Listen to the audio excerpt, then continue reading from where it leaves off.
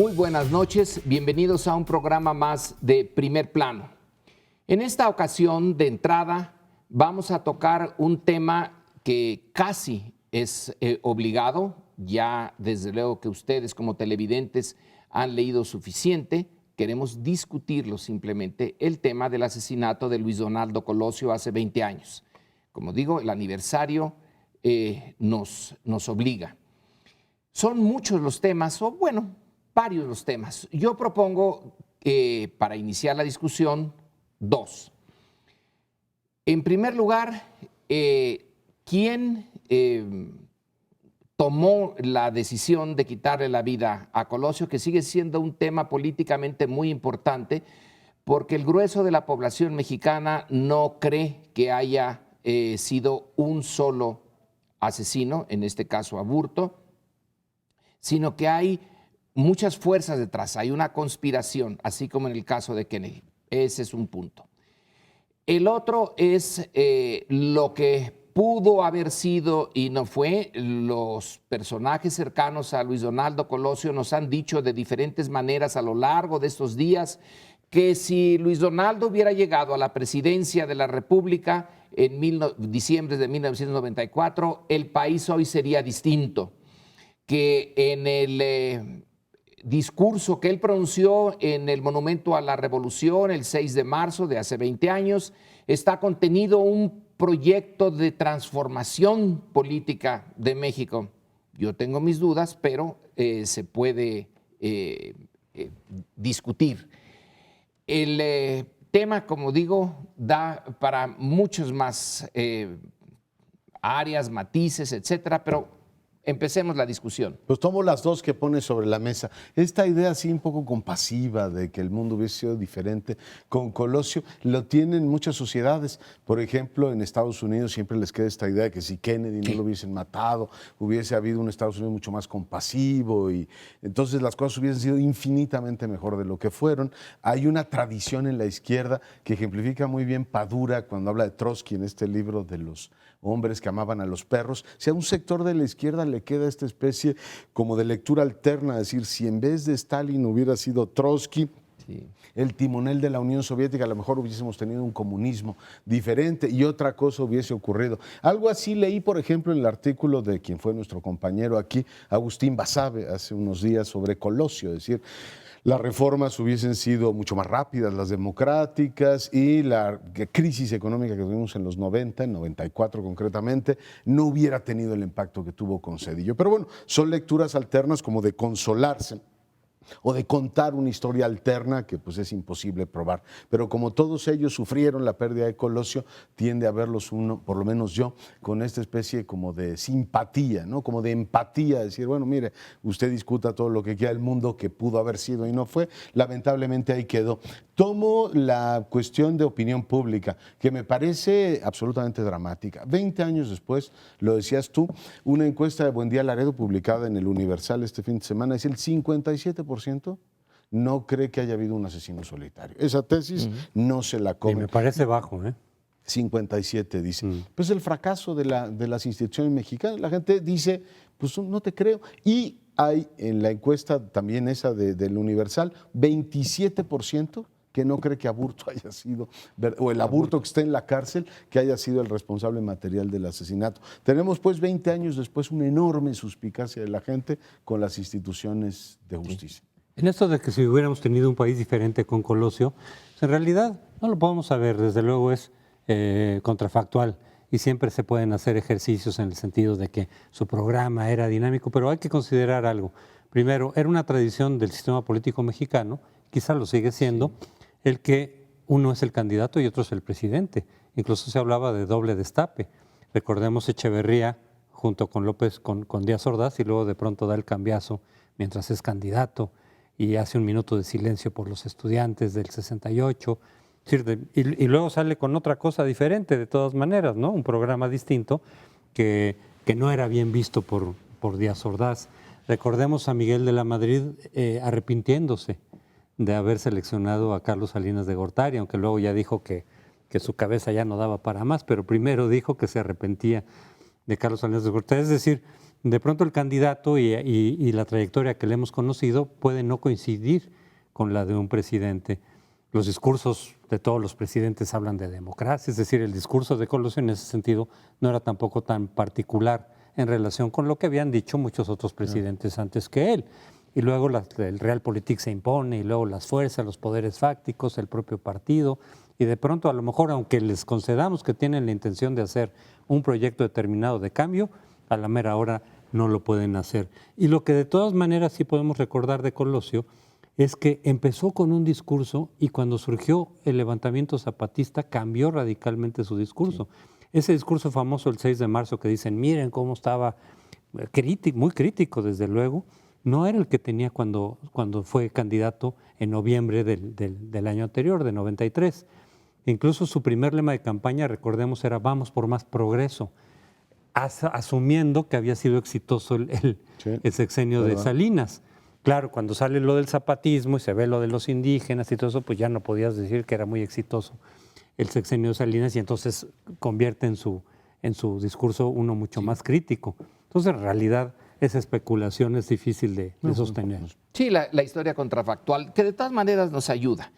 En cualquier caso, a mi juicio, esto del discurso radical que cimbró, que se amenazó al sistema en su conjunto priista por pedir justicia, hambre y sed de justicia, a mí me lleva, no sé qué les parezca a ustedes, una comparación de Lázaro Cárdenas. Lázaro Cárdenas toma como su plataforma electoral, cuando ya sabían todos que iba a ser presidente, pasara lo que pasara, igual que con Colosio.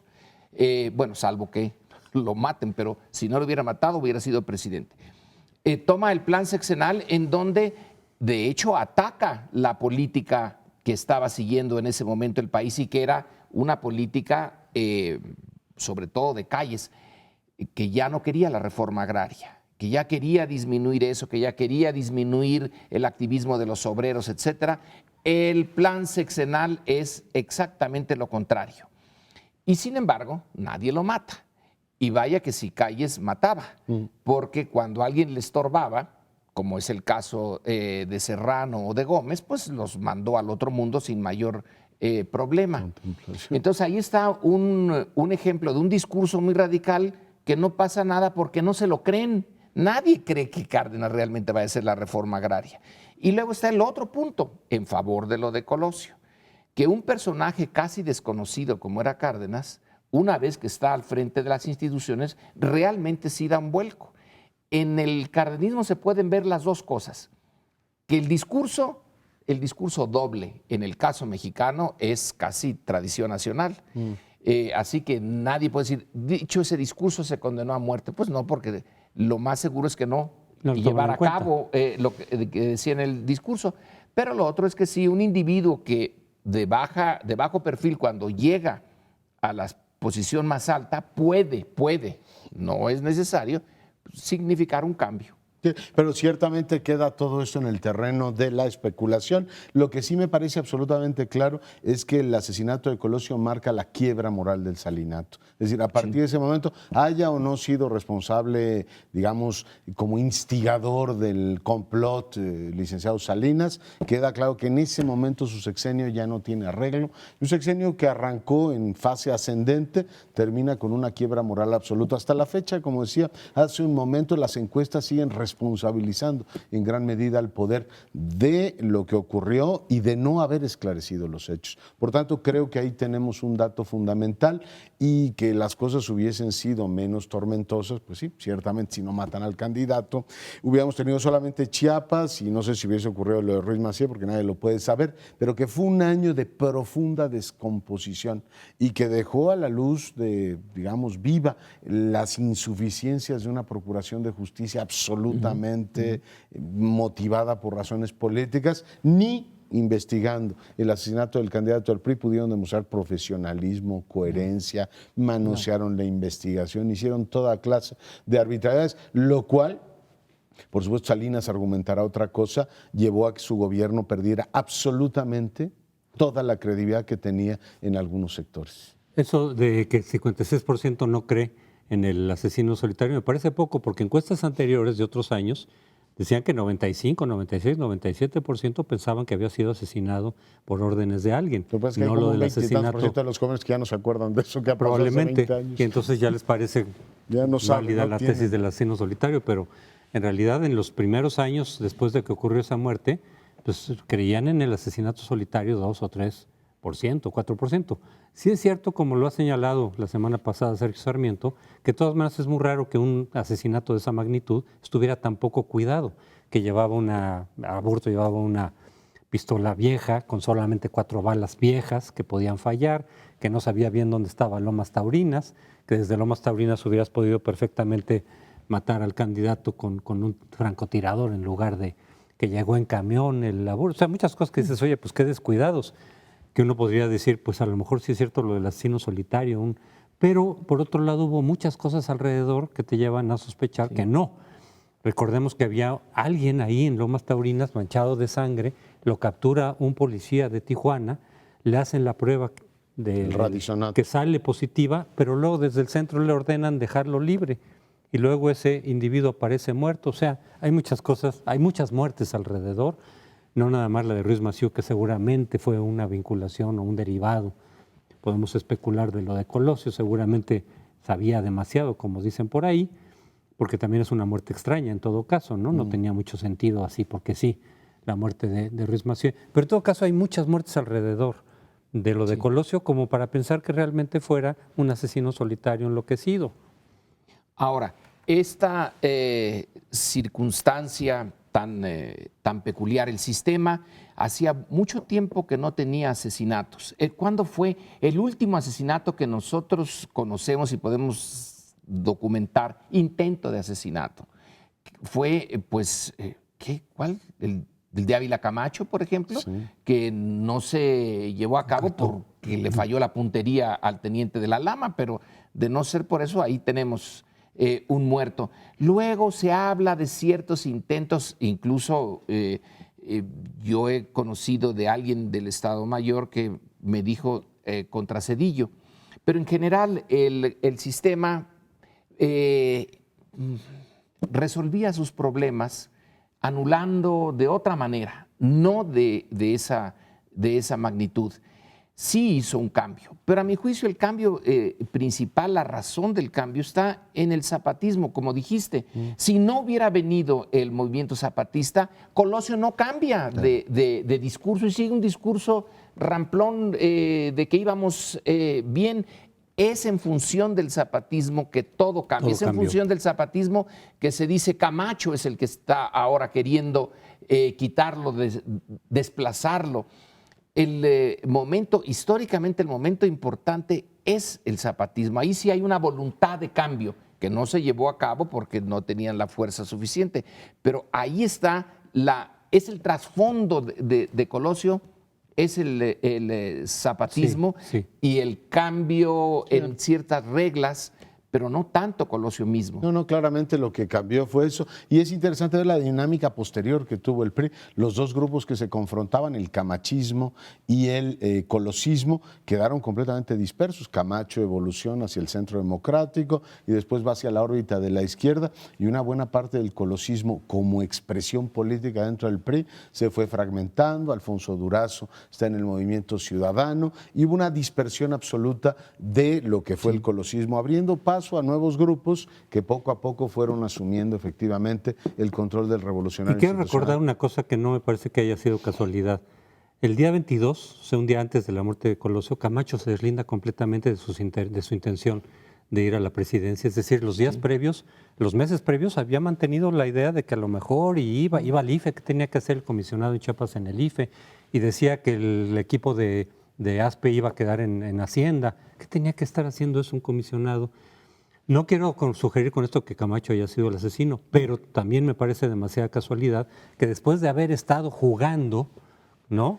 Justo el 22 se deslinda completamente y el 23 viene el asesinato. Bueno, se nos acabó el tiempo, espérenos, no tardamos, volveremos. El año pasado fue un año de reformas constitucionales a todo vapor. Empezamos con la educativa, seguimos con la de telecomunicaciones y algunas más. A la hora de aterrizar esas reformas en legislación secundaria y en principio cambiar el comportamiento del Estado, pues nos estamos empezando a encontrar con problemas muy serios. Por el lado de la educativa, varios estados han preferido o plancharlas de tal manera que sean absolutamente inocuas o claramente diferir su aplicación, caso de Oaxaca y varios estados más. Por el lado de telecomunicaciones es muy interesante ver lo que no se ve. A ver si me explico. Hace ya varios meses que el Estado debió haber mandado el gobierno federal el paquete de legislación secundaria sobre un tema verdaderamente crucial para la vida del país, no solamente porque nos permitiría a todos tener mejores servicios, el acceso a banda ancha y muchas otras cosas más, sino por quebrar efectivamente el poder que tienen estos grupos que tienen un enorme poder para incidir en las políticas públicas. El caso es que no hemos logrado, a las fechas que estamos, ver un borrador claro, es decir, la propuesta del Ejecutivo sobre el tema. Y cuando uno habla con los legisladores o ellos declaran, te dicen, oiga, las presiones están por todos lados. Es decir, no hay elemento de cambio de cualquier ley o de cualquier elemento de la ley que no sea interpretado por los jurídicos de esas compañías que están incidiendo en el legislativo y en el ejecutivo también, para quitarle el poder, el vigor que tenía originalmente, o el espíritu de la reforma constitucional. Es interesante eso. Tenemos también, lo pongo sobre la mesa por si nos da tiempo, la reforma para el seguro universal, que te da, digamos, la posibilidad de una pensión no contributiva y un seguro de desempleo que es más bien una redistribución de tu subcuenta del Infonavit. Pero bueno, los dejo sobre la mesa. Es interesante ver cómo este impulso inicial se va debilitando por la presión de distintos grupos. La posición del gobierno es movamos México. Movámoslo, pues puede uno moverlo a los lados, hacia atrás como hacia adelante. Y este borrador que está circulando sobre la reforma en las telecomunicaciones, que Javier Corral desde el Congreso nos advierte que de ser esa la propuesta real del Ejecutivo, pues es mover a México, pero realmente hacia atrás. Hay unos puntos que provocan asombro y enojo. Esto de que ahora la Secretaría de Gobernación sea la que pueda decidir sobre contenidos, como si fuera el PRI de Miguel Alemán o de esos años que se suponen, bueno, algunos suponen que son en el pasado y otros creemos que están más o menos aquí, pero que están reviviendo. ¿Cómo que la Secretaría de Gobernación va a decir qué tipo de noticia afecta la estabilidad del Estado y no debe de darse a conocer a la ciudadanía? Bueno, pues eso es censura, monda y lironda. Y nos dice Javier Corral que eso es un elemento que está contenido en, en esta propuesta del Ejecutivo. Otra cosa que a mí me deja, bueno, no asombrado, pero sí irritado, es que uno de los temas principales de la vida pública mexicana es la corrupción. Teníamos una secretaría encargada de buscar a los peces gordos y a los peces medianones. Bueno, esa secretaría no sirvió para nada. Y ahora en la movedera de México se propone una cosa distinta. ¿Dónde está? ¿Dónde está ese organismo encargado de la lucha contra uno de los males principales? Si la corrupción no existiera, si oceanografía no existiera y las oceanografías de este mundo no existieran, probablemente Pemex estaría, por ejemplo, en otra circunstancia. Entonces, ¿dónde está ese movimiento? Pues yo no lo veo. Es una comisión anticorrupción que no se ha visto todavía cómo se concreta, está la promesa solamente de eso, pero desde luego es de las cosas que están pendientes.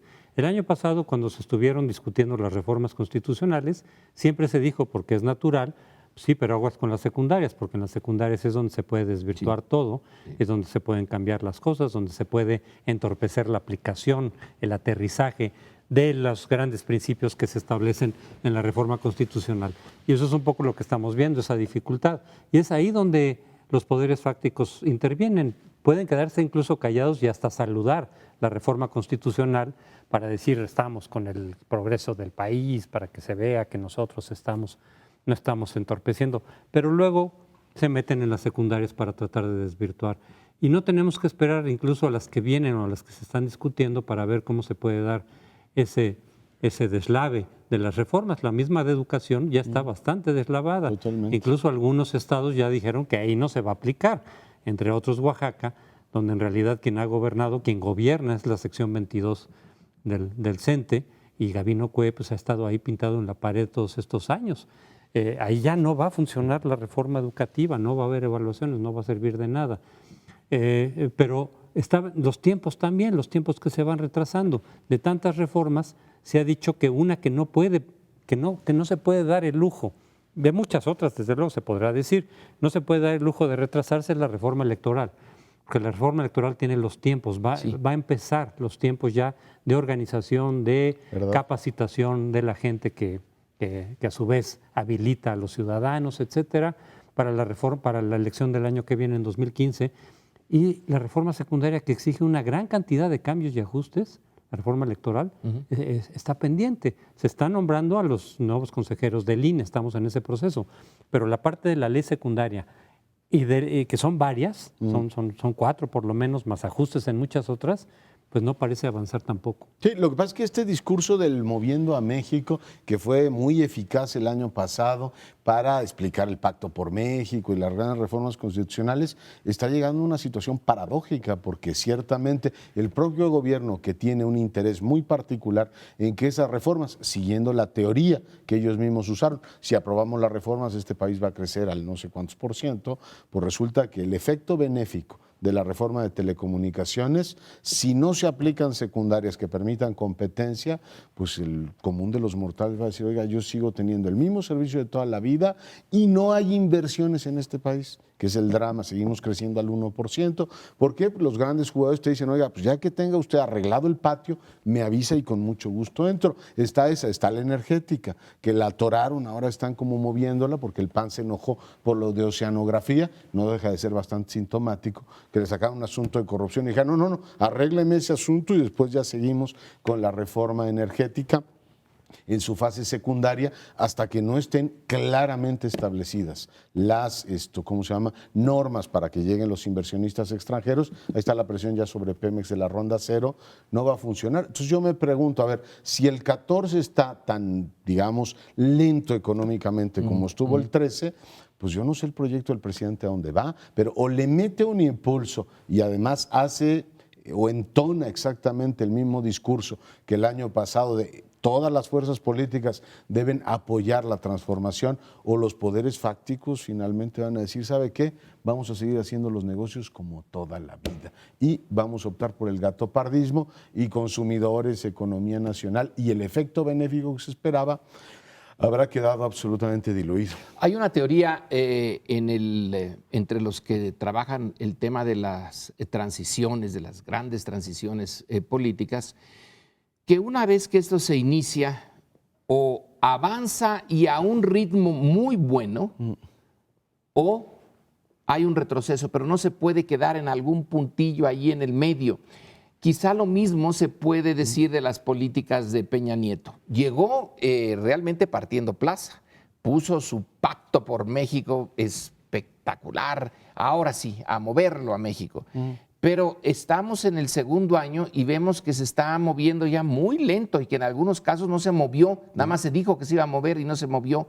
Y pudiera ser que en un plazo, digamos, mediano, eso puede ser un tiro por la culata, porque de por sí que no tiene en la opinión pública, el apoyo que tiene Peña Nieto y su popularidad es relativamente bajo para este principio de sexenio. Sí. Si no se anunció tanto que se iba a mover México, y si uno dice, pues yo no sé para dónde se movió o para quiénes se movió, tenemos el anuncio de una auténtica, ahora sí, oligarquía. Se nos dijo Forbes la última vez que sus ingresos equivalen ¿a qué? Al 11% de lo que El Economist, ¿no? Lo del crony capitalism. Pero lo trajo de Forbes, lo tomó de Forbes, que salió en la prensa la semana pasada, como una situación inexplicable. La economía no se mueve y estos sí se mueven, pues entonces también el mover a México probablemente puede tener el mismo destino de hacer a unos más poderosos de lo que ya son y el resto quedarse igual. La reforma que sí se ha aplicado es la fiscal, pero esa justamente con el enojo de muchísima gente, desde luego, no solo por los montos, no solamente porque estás pagando mucha gente de clase media, más o menos acomodada, etcétera, que está pagando más, sino que realmente se hizo mucho más complicado todo el procedimiento. Sí. Entonces todo es electrónico, pero en un país donde no tiene el sustento de todo lo electrónico, de todo lo del internet, entonces se empieza a entorpecer muchísimo el procedimiento, se hace mucho más complicado, le dedicas mucho más tiempo cuando se había dicho que se iba a simplificar y en realidad se hizo mucho más complejo. Pero por otro lado, algo que habíamos señalado la vez pasada y que va en sentido también de qué pasa con las reformas, no es solamente en el contenido, sino en el procedimiento, que los panistas, por ejemplo, se levantaron de la mesa diciendo, pues si me investigan en oceanografía, entonces no cuenten con nosotros para la reforma energética, sabiendo que el PRI puede tener la mayoría absoluta en un momento determinado para aprobar las reformas secundarias, ya no requiere de las mayorías calificadas. Pero en términos de legitimidad, reformas de esa magnitud, de esa controversia, como la energética, no la puede aprobar el PRI con sus aliados por sí mismo. Necesita un partido importante, que en este caso tiene que ser el PAN. Entonces el PAN vio ahí, pues va un elemento de chantaje, decir, pues, si me siguen investigando, entonces no cuenten conmigo y se van ustedes a la reforma sola, con lo cual hay un enorme costo de legitimidad. Sí, sí, y en algunos casos también hasta de aritmética parlamentaria, no es necesariamente la energética, pero el PRD en el Senado dijo, si quieren que pase su reforma de pensiones y la ley del desempleo, que sepan que nos vamos a aliar con el PAN para no votarla, con lo cual están, yo no sé negociando qué cosas, pero hay mucho mercadeo parlamentario frente a grupos de presión que dicen, a ver, que se sigan peleando los políticos, se siga dividiendo el espíritu original de las reformas y mientras tanto ellos siguen conservando el nivel de poder que tienen. Este índice que publicó el The Economist, yo creo que sí lo tendríamos que revisar porque es parte de la imagen de un país. Es decir, la mayor parte de las grandes fortunas de este país tienen un origen en relaciones políticas, no es ni la inventiva, ni grandes marcas, ni Steve Jobs, ni nada que se le parezca. Son relaciones políticas, muchas de ellas ancladas durante el salinismo en este país. Y eso le da una composición, un aroma muy particular. Si fuera mole, diríamos que sabe a cierto tipo de mole económico en el país. Y sí sabe mucho a amiguismo y a compadrazgo. Y se está notando esa fuerza en el legislativo. Les propongo que hagamos una pausa, regresamos en un instante. En este programa no le hemos dedicado hasta ahora ningún comentario a lo que está sucediendo en Ucrania. Es un país muy lejano, que pareciera que no tiene nada que ver con lo que sucede en México, que quizá no tenga ninguna repercusión, pero no. Realmente la magnitud de la crisis hace que le dediquemos algo de atención a ese asunto porque se ha dicho que es el punto más tenso entre Rusia y Estados Unidos por un lado y Rusia y Europa por otro lado, desde hace 25 años, desde que terminó la Guerra Fría. Y efectivamente el punto de tensión es muy alto, es muy elevado. Son muchas cosas las que se están dirimiendo ahí. Es toda esta estrategia de Putin de avanzada, sabiendo que tiene muchas cartas a su favor, sabiendo que tiene la energía que surte toda Europa de su lado. Los propios alemanes desmantelaron, digamos, las fuentes de energía nuclear después de lo que ocurrió en Japón y entonces dependen enteramente de la energía que viene de esos países, en particularmente de Rusia.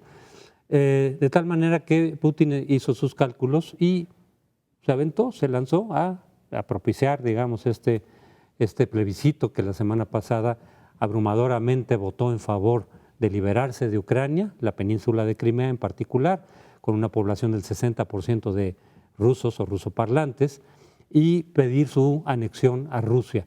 Yo creo que aquí Putin tiene todas las cartas a su favor, algunos costos tendrá seguramente en su relación con Europa, pero yo creo que esta jugada ya la ganó.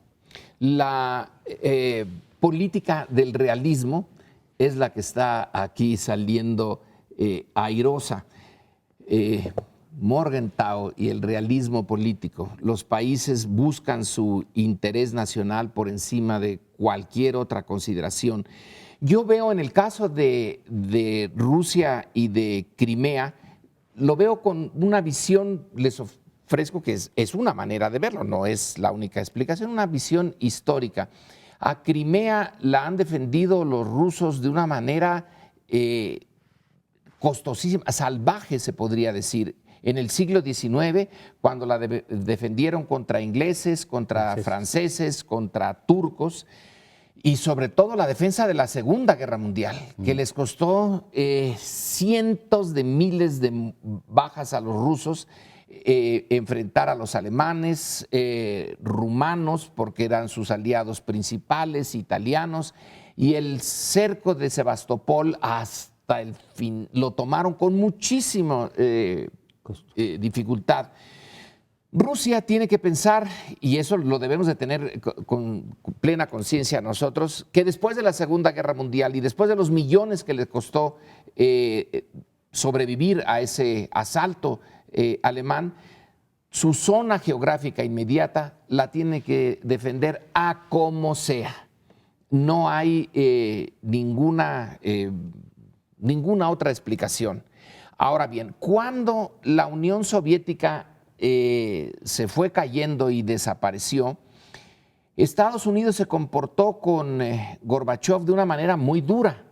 Dijo, aquí están ya débiles, ahora vamos a darle. No hubo ningún apoyo para que saliera de su marasmo económico, que era terrible la crisis económica. Al contrario, Occidente y Estados Unidos al frente dijo, este es el momento de aprovechar al máximo, debilitarla al máximo. Una de las reacciones rusas es Putin. Es el nacionalismo tradicional, antiguo, ruso, que se siente amenazado. Y en esta ocasión, en el caso de Georgia, con Osetia del Sur, y en este otro caso, lanzó su carta principal, que es su ejército de tierra, su ejército convencional, lo lanzó en los dos casos y no hay nadie que se le ponga enfrente. Estados Unidos podrá tener el principal ejército del mundo, pero no ahorita, en este caso, no en este caso. No. Y es la defensa de algo muy tradicional. Lo que resulta un poco contradictorio es que tenía control sobre el proceso. Por ejemplo, las bases que mantiene en esa zona las había renovado hasta el 2050 y no tenía absolutamente ningún problema, digamos, con el gobierno de Ucrania, tal como estaba concebida su formato de Estado Nacional desde que se desintegra la URSS, la CEI, etcétera. Por lo menos en 6 ocasiones, recordaba el otro día el exministro de Asuntos Exteriores de la Unión Europea, Rusia reconoció la integridad territorial de Ucrania y ahora Putin, así como hombre fuerte, dijo, me organizan un referéndum en un fin de semana, si realmente lo hizo así, qué campaña, ni qué nada, con tanques y me vota 97%, 2 días después se estaba anexando Crimea. Es un acto, digamos, de barbarie internacional, porque ciertamente, ya olvidémonos de las formas democráticas, es una desintegración de un Estado por la vía de los hechos, y eso tiene implicaciones, tú citabas algunos, pero para todo el mapa de Eurasia y toda la región, decir, oiga, pues si se vale romper la integridad de los Estados hacia la torera y el resto de las potencias van a estar viendo desde el ruedo, Estados Unidos ve cómo el marcador dice Rusia 2, Estados Unidos 0, el gol que les metieron en Siria, y luego decir, a ver, ven y dime que no haga yo estas cosas. Y una Unión Europea que ha estado colapsada por los intereses de cada uno de los estados y que se ha visto además tremendamente incapaz de resolver el conflicto de Ucrania. No es un secreto para nadie que Ucrania podía tener una doble asociación, como lo tienen países de la región, decir, a ver, tengo un trato privilegiado con Rusia y puedo tener un acuerdo de asociación con la Unión Europea, que es similar al que nosotros tenemos. O sea, no es que Ucrania se iba a convertir en un miembro de pleno derecho de la Unión Europea. El que México tiene con la Unión Europea probablemente tenga un capítulo más de integración. Pero digo, es bastante desafortunado cómo se ha desarrollado esto.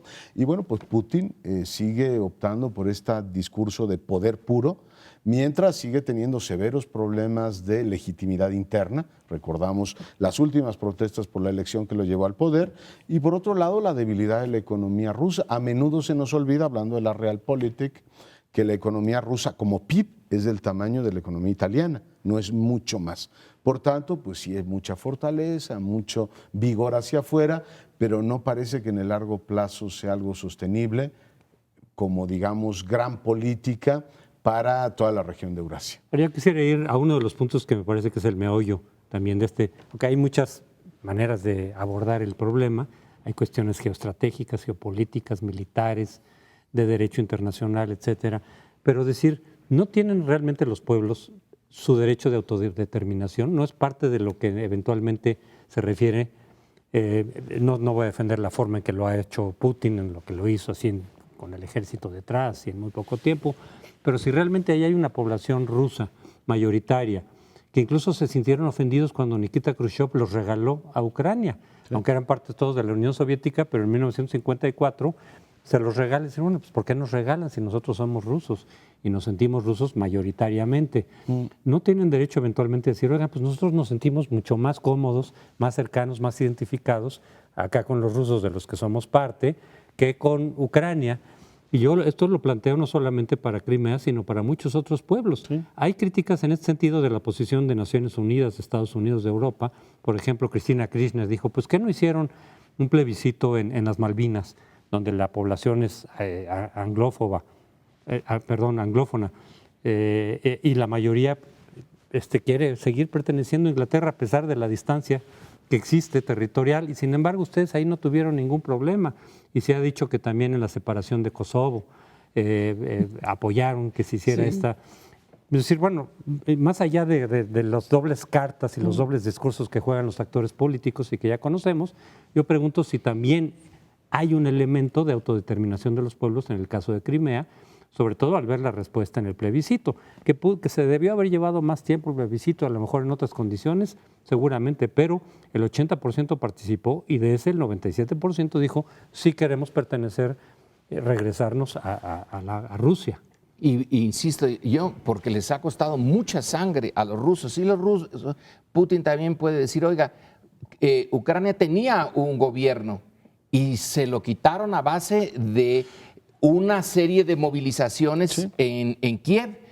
¿Y quién apoyó esas movilizaciones? Me sospecho que fueron la Unión Europea y los Estados Unidos. Sí, claro. ¿Y por qué están apoyando eso? ¿Realmente por demócratas y porque quieren la autodeterminación, o porque están tratando de ponerme cada vez más estrechos mis límites? Y es entonces ahí un asunto de seguridad nacional. No puedo. Yo estaba de acuerdo con ustedes cuando el gobierno de Crimea estaba siguiendo, digamos, los procesos normales. Yo presioné al primer ministro de entonces, sí, pero era el primer ministro electo. De repente me lo quitan a base de una movilización, sí, en Kiev, no en Crimea. Sí. Entonces, ya que Kiev dice eso, entonces Crimea dice lo otro, y yo voy a proteger una parte sumamente importante, porque Sebastopol es ruso, dirían, sí, ellos. Claro. No, es un problema insoluble, ¿no? Por supuesto, por eso decía, el marcador es 2-0 favor Rusia. El tema es cómo solucionó Putin eso. Yo creo que va a tener en el largo plazo consecuencias muy fuertes. Lo que tú dices, Crespo, no tiene solución, y tú lo sabes muy bien porque eres internacionalista. Hay dos principios que chocan: la autodeterminación con la integridad de los estados. Y esa bronca la tienes desde Bolivia, donde hay dos departamentos que dicen nos queremos separar de Bolivia porque nosotros somos de otro tipo y no queremos formar parte del Estado de Evo Morales. Entonces tú dices, a ver, van a fragmentar Bolivia porque estos señores lo dicen. Hay miles de estados, y en Eurasia es la norma, en donde tienes poblaciones de otro tipo, y tú dices, a ver, si cada quien va a organizar su referéndum, estamos regresando hace 100 años. La guerra mundial empezó con que los rusos decían, a ver, la solución del problema, o no hemos salido de esa bronca de rehacer el mapa en toda la zona. Fíjate que a nosotros nos viene eso, voy a interrumpir un segundo nada más, por Texas. Texas se puede ver así. Texas se nos fue por una decisión de los tejanos de irse. un gobierno es? centralista en México, nosotros nos vamos y nos anexamos después a otro Y país. celebraron sus asambleas democráticas e incluso muchos mexicanos que estaban allá también optaron por la separación. Sí, pero no tiene Entre solución, ellos, ¿no? Entre ellos Es decir, Lorenzo de Zavala. y vas a Gibraltar y vas a cualquier parte y esta, digamos, conflicto. No es algo fácil, pero sí creo que sí se tiene que defender eventualmente en ciertas circunstancias el derecho de autodeterminación, porque muchas veces esos pueblos están oprimidos por el resto del Estado o están extrayendo muchos de sus recursos. El tema es que rehaces el mapa, ¿eh? Pero se tiene que hacer, bueno, pero se tiene que tomar en cuenta, me parece. Estado kurdo, Estado Se nos termina el palestino. tiempo, los esperamos en el último segmento. Pues verán ustedes, vamos a cerrar este programa con otro tema internacional, pero este sí nos llega muy, muy cerca. La muerte de Adolfo Suárez en España, el que fuera primer ministro en este enorme esfuerzo, exitoso esfuerzo. Esa es la parte, a mí en lo personal, que me duele, porque ellos sí tuvieron éxito y considero que nosotros no tanto, o ninguno, de la transformación de un sistema autoritario en un sistema democrático. Y el personaje que acaba de morir, al que le van a hacer un muy merecido homenaje, decía Leonardo que ahora el aeropuerto de Barajas ya no se va a llamar Barajas, sino se va a llamar Aeropuerto Adolfo Suárez, muy merecido. Ahí sí hay un elemento del individuo que se jugó, aunque venía del lado franquista, del lado autoritario, se jugó el todo por el todo y logró que una de las fuerzas más importantes que se oponía al cambio democrático en España, que era el ejército, lo aceptara. Él personalmente hace la negociación con el Partido Comunista y ahí, en vez de que es un peligro para España, al contrario, lo acoge y lo mete al sistema democrático normal, a la normalidad europea de esa época. Luego ya no pudo ir más adelante, pierde en las elecciones contra el Partido Socialista Obrero Español, contra una izquierda ya más diluida, pero muy activa, y pasa a la historia. Es eso lo que estamos recordando ahora, una transición que realmente fue el principio para muchos de cómo se hace una transición exitosa, cómo se doblega a poderes fácticos en nombre de la democracia, se moviliza a la sociedad y luego se le deja.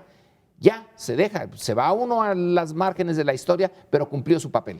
Yo creo que es una biografía muy interesante la de Adolfo Suárez, porque es un hombre práctico, es un hombre, por ejemplo, que no presumía ni de ser erudito, ni de gran conocedor de absolutamente nada, era un hombre bastante llano en un sentido, pero con un gran sentido práctico. Y dijo en alguna ocasión, mire, no es muy complicado lo que le hace falta a España, hace falta que en la política reconozcamos la pluralidad que ya existe en la sociedad. Y tenemos que organizar un sistema político en el cual se puedan reconciliar las dos Españas. Él contaba que en su biografía, a pesar de venir de una familia muy católica, dice, mi familia quedó dividida, unos en el bando republicano, otros en el bando franquista. Él hace carrera dentro de la administración franquista y logra ir subiendo, ¿no? en la escala burocrática. Pero es un hombre práctico que, sin tener una ideología definida, salvo su enorme, digamos, muy marcado catolicismo y esta parte castellana que le impidió comprender el fenómeno catalán y vasco, pero no me extiendo en esto, llevó efectivamente a España a una negociación, es decir, desideologiza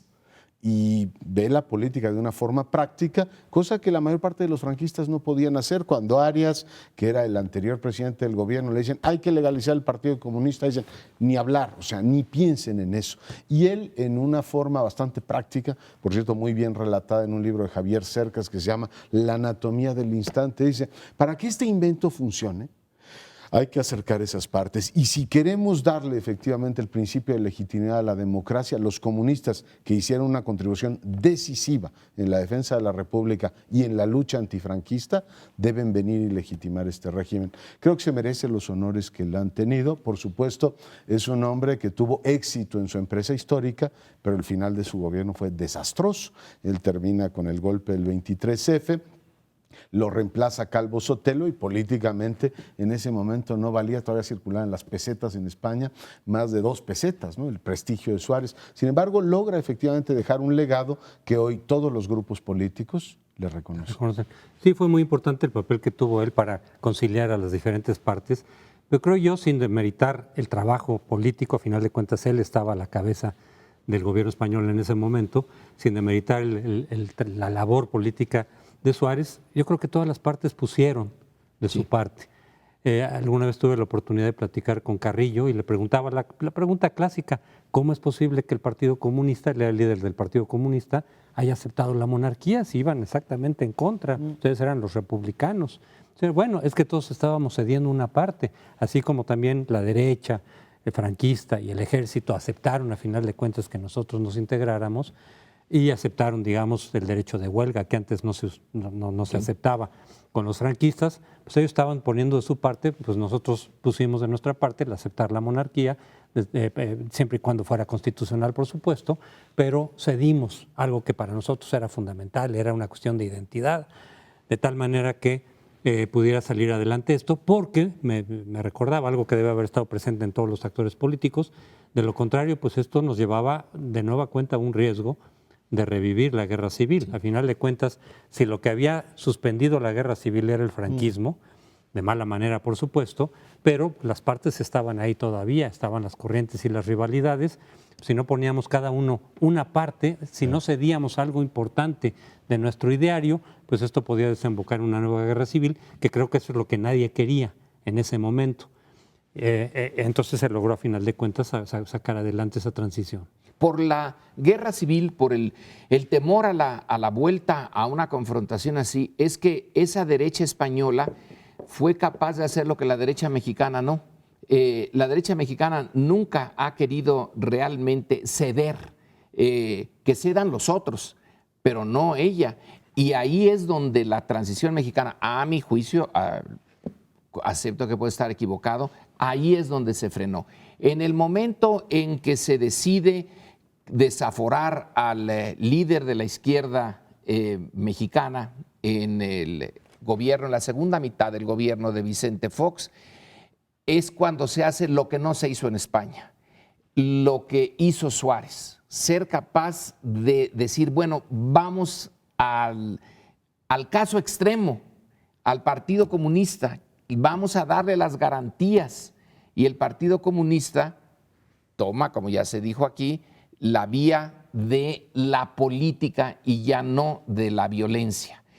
El ejército, sí, una parte se opuso y afortunadamente, a mi juicio, decidieron dar este golpe militar fallido que fue como una vacuna.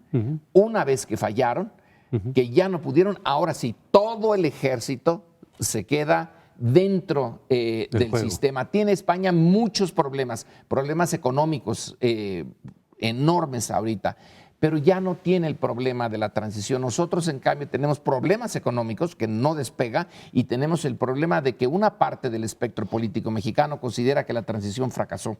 Yo creo que hay 3 elementos que explican el éxito de Suárez. Uno, el primero es que él decidiera inmolarse, es decir, yo voy a efectivamente sacrificar todo el capital político, y lo sacrifica y pierde todo a condición de que esto funcione. No siempre ha estado presente esa lógica en los políticos mexicanos, es decir, ¿cómo le hago para sobrevivir? No cómo le hago para que esto funcione. Segundo, está la función arbitral del rey, que hay que, por supuesto, reconocerla. Él tuvo en todo momento el control del proceso, en el momento clave del golpe de Estado, está con la, digamos, ordenamiento constitucional y sostiene la lógica democrática. Y el tercero, del que se habla menos, es el acompañamiento internacional, que nosotros no hemos tenido. El rey y Suárez tuvieron un gran apoyo de los Estados Unidos para que España avanzara hacia la OTAN y hacia la Unión Europea, y fue decisiva la contribución de ambas partes. Y por el lado comunista, lo que pasa es que se hundió el mundo comunista, ya nadie se acuerda de eso, pero Ceausescu, el dictador de Rumania, que todavía no era el monstruo terrible que después se reveló, cumple una función fundamental cuando el rey de España le pide que se entreviste con Carrillo y le dice a Carrillo, dígale, o sea, le pide él a Ceausescu, dígale a Carrillo que por favor confíe en mí. dígale que vamos a pactar una transición y a partir de ahí vamos efectivamente a cambiar este país. Ese acompañamiento internacional permitió que efectivamente la transición española tuviera el éxito y bueno, pues Suárez pudiera finalmente conducirla hasta el final. En las comparaciones que hacemos con México, yo creo que la transición mexicana está muy estancada, no creo que esté totalmente ya perdida, porque ha habido cambios a final de cuentas que podemos registrar de hace 20 años que hablábamos de Colosio, o más tiempo, 30, 40 años, pero efectivamente no se ha llevado como se debía de llevar para realmente cambiar al régimen, aunque eso tiene muchas explicaciones, entre otras, el tipo de autoritarismo. El autoritarismo franquista era mucho más rígido, más cerrado, más abierto, más cerrado en el sentido del pluralismo, más dictatorial todavía, y el nuestro ha sido o fue mucho más flexible, ¿no? Más inclusivo a través de la cooptación, iba soltando poco a poco lugares para la oposición, nunca fue un partido único, por ejemplo, ni siquiera desde el 28 en su origen. El 29 siempre aceptó que hubieran partidos de oposición registrados. Entonces, ni siquiera sabemos cuál es la fecha de nuestra transición, no nos ponemos de acuerdo. Allá claramente es la muerte de Franco. Aquí puede ser desde el 68, muchos dicen, o el 76 con la reforma política, o el 82 con la crisis económica, el 88. En fin, hay muchas fechas en las que se puede tomar como inaugurada la transición mexicana, que desde mi punto de vista está inconclusa.